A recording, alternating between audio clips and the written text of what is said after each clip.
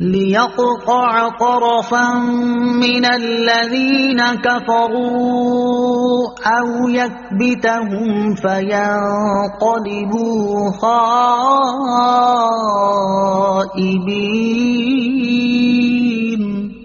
ترجمہ: اس لیے کہ وہ کافروں کا ایک حصہ کاٹ دے یا انہیں ذلیل و رسوا کر دے تو وہ نامراد ہو کر لوٹ جائیں۔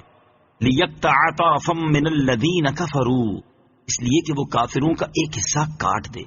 اللہ تعالیٰ نے مسلمانوں کی مدد اس لیے بھی فرمائی کہ کافروں کے بڑے بڑے سردار مارے جائیں، گرفتار کیے جائیں اور اس کے ذریعے کافروں کی قوت ختم ہو۔ چنانچہ بدر میں ایسا ہی ہوا۔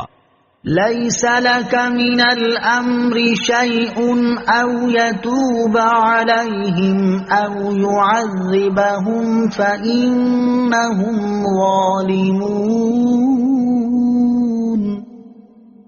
وَلِلَّهِ مَا فِي السَّمَاوَاتِ وَمَا فِي الْأَرْضِ يَغْفِرُ لِمَن يَشَاءُ وَيُعَذِّبُ مَن يَشَاءُ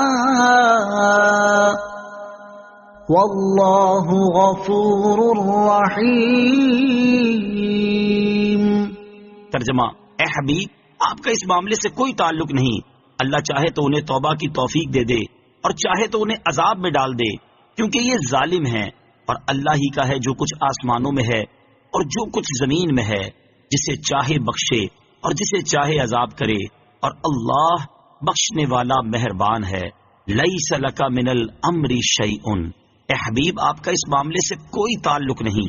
ہجرت کے چوتھے سال سفر کے مہینے میں سرکار علی وقار صلی اللہ تعالی علیہ وسلم نے 70 قاری صحابہ کرام علیہم رضوان کو مکہ اور عصفان کے درمیان ایک جگہ بیر معونہ کی طرف بھیجا تاکہ وہاں لوگوں کو قرآن پاک اور دینی مسائل کی تعلیم دیں۔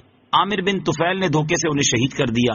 ان کافروں کے خلاف حضور سید المرسلین صلی اللہ تعالی علیہ وسلم نے بربادی کی دعا کا ارادہ فرمایا تو اللہ تعالیٰ نے آپ علیہ الصلوۃ والسلام کو روک دیا۔ اس کے متعلق یہ آیت کریمہ اتری اور فرما دیا گیا کہ آپ علیہ الصلوۃ والسلام ان کے لیے کوئی دعا نہ کریں، ان کا معاملہ اللہ تعالیٰ پر چھوڑ دے۔ اللہ تعالیٰ چاہے تو انہیں توبہ کی توفیق دے اور چاہے تو عذاب دے۔ یہ حضور اقدس علیہ الصلوۃ والسلام کی وہ مبارک تربیت ہے جو رب العالمین عز و جل نے خود فرمائی اور ہر جگہ اپنے حبیب علیہ الصلوۃ والسلام کی کامل رہنمائی فرمائی۔